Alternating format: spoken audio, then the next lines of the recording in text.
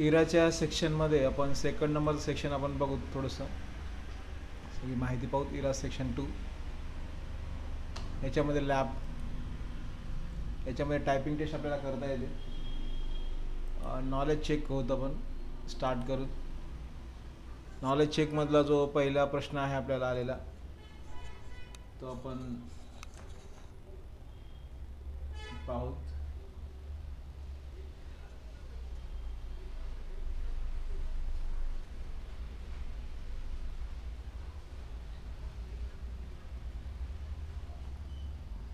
तर नॉलेज चेकमधला जो पहिला प्रश्न आहे, ओपन असलेल्या टास्क विंडोची तुम्हाला फेरमांडणी करायची असेल तर तुम्ही यापैकी कोणता पर्याय वापर तुम्ही कराल.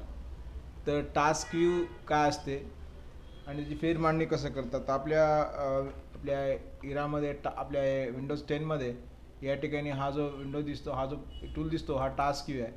तर टास्क व्ह्यूवर आपल्याला वेगळे टास्क व्ह्यू आपण ओपन करू शकता, वेगळे टास्क व्ह्यू आपण क्लोज आपल्याला करता येते. हा टास्क व्ह्यू आहे. तर आपण सध्या पहिल्या टास्क व्ह्यूवर आहात. टास्क व्ह्यूवर जाण्यासाठी आपल्याला फक्त या ठिकाणी क्लिक करायचं. हा टास्क व्ह्यू एरिया आहे. नंतर सांगेल याचा यूज कसा आहे, पर्पज कसा आहे. टास्क व्ह्यूमध्ये व्हर्च्युअल डेस्कटॉप आपण तयार करू शकता. व्हर्च्युअल म्हणजे आभासी. तर टास्क व्ह्यू जे टूल आहे ते आपण कोणतं आहे याच्यापैकी, तर टास्क व्ह्यू हा टूल हा आहे. तर याच्याद्वारे आपण व्हर्च्युअल जे डेस्कटॉप आहेत ते आपण तयार करू शकता आणि त्यावर कामही करू शकता. आपण खालील कोणते बटन वापरून तुम्ही हेडफोन चालू किंवा बंद करू शकता. तर हेडफोन चालू बंद करण्यासाठी आपण या ठिकाणीच आपल्याला या ठिकाणी स्विच असते आपल्याला जे ऑन ऑफ करू शकता हेडफोनला आपण. त्याचं उत्तर आपल्याला हे आहे. त्यानंतर खालील दाखवलेल्या पर्यायापैकी कोणता पर्याय तुम्ही सिस्टीमचा व्हॉल्यूम ॲडजस्ट करण्यासाठी मदत करू शकता. तर व्हॉल्यूम जे मदत करायचे आपल्या सिस्टीमचा व्हॉल्यूम कमी जास्त करतात या टूलवरून करतात. तर याचं उत्तर हेच आहे.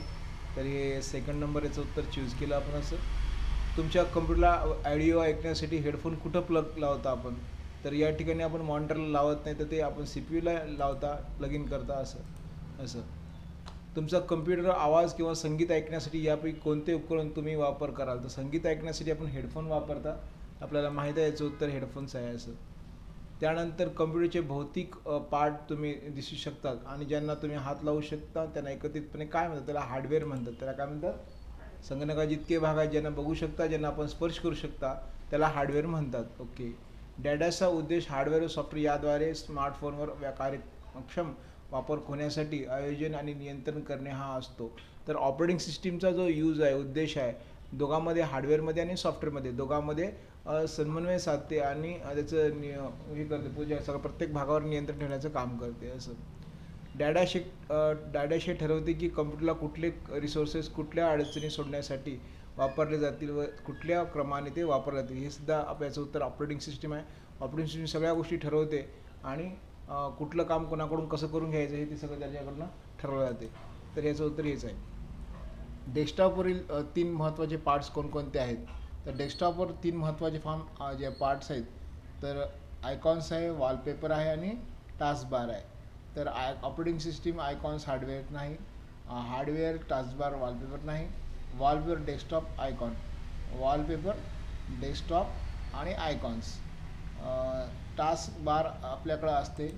तर टास्कबार याचं उत्तर घेऊन टाकून द्या, कारण तिन्ही गोष्टी महत्त्वाच्या आहेत. असं एखादा कम्प्युटर स्टार्ट किंवा रिस्टार्ट करणं याला काय म्हणतात, तर बूटिंग म्हणतात. बूटिंग हा प्रकार असतो. चालू किंवा कम्प्युटर चालू करणं किंवा बंद करून पुन्हा चालू करणं या प्रक्रियेला बूटिंग्स म्हणतात. तर ह्या सेक्शनमधला आपण नॉलेज चेक आपण कंप्लीट केलं. तर लक्षात ठेवा की कम्प्युटर स्टार्ट करणं किंवा रिस्टार्ट करणं त्याला बूटिंग्स म्हणतात. तर हा प्रश्न एक्झाममध्ये पण येऊ शकतो.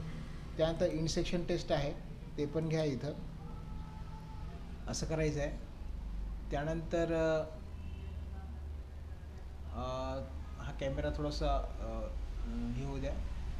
पुढचं सेक्शन आपण घेऊ.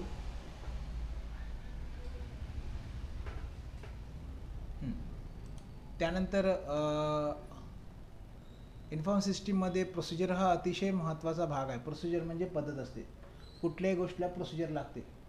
तर प्रोसिजर म्हणजे ज्याला आपण म्हणता युजर मॅन्युअल म्हणतात.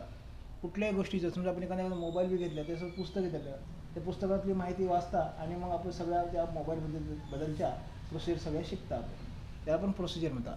प्रोसिजर म्हणजे युजर मॅन्युअल असते, जे अंतिम वापरकर्त्यासाठी नेहमीच उपयुक्त असतात.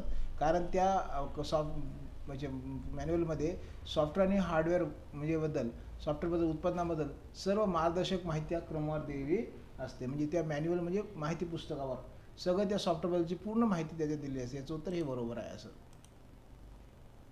डेटा उपयुक्त नसतो म्हणलं केव्हापर्यंत नसतो, ज्यावर प्रक्रिया करून माहिती मिळवली जात नाही. डेटा म्हणजे कच्ची माहिती असते. आपण डेटा म्हणजे काय असते, कच्ची माहिती असते. ज्यावेळेस डेटावर क्रिया होते, प्रक्रिया होते, त्याचं रूपांतर इन्फॉर्मेशनमध्ये होते, माहितीमध्ये होते. समजा 10+10 दिलं, 10+10 हे काय डेटा झाला आणि त्याच्यावर क्रिया झाली, प्रक्रिया झाली, त्याचं उत्तर काय झालं, इन्फॉर्मेशनमध्ये झालं. तसं डेटा म्हणजे काय असते, कच्ची माहिती असते. म्हणजे कच्ची माहिती ज्यावर प्रक्रियाच झाली नाही, प्रक्रिया झाल्यानंतर त्याची माहिती इन्फॉर्मेशनमध्ये बदलते. असं डेटा काय उपयोग केव्हापर्यंत नसतो, त्यावर प्रक्रिया करून माहिती मिळवली जात नाही. याचं उत्तर हे आहे. सीडीवरील वर्तुळाकार मोकळ्या जागेमध्ये चुंबकीय माध्यमाद्वारे माहिती साठवली जाते. बरोबर आहे. याचं उत्तर काय घ्यायचं आपण, बरोबर आहे. अनइन्स्टॉल प्रोग्राममुळे कम्प्युटर हार्डवेअर डिस्कवरील नको असलेल्या फाईल आपण काढून टाकू शकतात. अनइन्स्टॉल प्रोग्राममुळे हार्ड डिस्कवरील नको असलेले प्रोग्राम्समध्ये हो, जसं आता मोबाईलमधून आपण एखादे ॲप्लिकेशन अनइन्स्टॉल करतात, अनइन्स्टॉल केले की त्याच्या रिलेटेड जितके प्रोग्राम आहेत ते सगळे काय होतात, रिमूव्ह होतात. तसंच आहे की अनइन्स्टॉल प्रोग्रामद्वारे नको असलेले जे प्रोग्राम्स आहेत ते आपल्या प्रोग्राम आपण आपल्या हार्ड डिस्कवरून काढून रिमूव्ह करू शकता. असं तर हे त्यानंतर डॅडॅशी युटिलिटी हार्ड डिस्कवरल्या कमी महत्त्वाच्या फाईल परवानगी दिल्यास नष्ट करते. तर अशी कोणती युटिलिटी आहे ज्या युटिलिटीद्वारे आपण हार्ड डिस्कवरल्या कमी महत्त्वाच्या फाईल्स ते आपण जर परवानगी दिल्या हे काढून टाकवा तर ते काढून टाकून देईल. अनवॉन्टेड फाईल म्हणजे संगणकात काम करताना सुद्धा संगणकामध्ये आपण काम करताना अनवॉन्टेड फाईल वाढत असतात. मग या अनवॉन्टेड फाईल आपण कोणत्या युटिलिटीद्वारे आपण काढू शकता, तर डिस्क क्लीनअप नावाची एक युटिलिटी आहे. या डिस्क क्लीनअपमध्ये संगणकात आपण काम करताना अननीडेड फाईल वाढत असतात आणि या अननीडेड फाईल या युटिलिटी आपण रिमूव्ह करू शकता. ही जी युटिलिटी आहे याद्वारे आपण त्या सगळ्या फाईल काय करू शकता, रिमूव्ह करू शकता. असं जसं मोबाईलमध्ये सुद्धा आपण बघा डिस्क क्लीनअप यूज वापरता, क्लीनअप नावाची युटिलिटी वापरता. अनवॉन्टेड फाईल व्हॉट्सअपमधल्या किंवा मोबाईलमधल्या आपल्या ज्या कोणत्या व्हिडिओ फाईल असतात ते वाढत असतात. मग ते यूट्यूबवरल्या पिक्चर बघताना व्हिडिओ बघताना अनवॉन्टेड फाईल क्रिएट होत असतात. मग त्या फाईल आपण काय करता, रिमूव्ह करता. असं आणि त्याच्यामुळं आपला स्पेस बी फ्री होते आपल्या मोबाईलचा बी.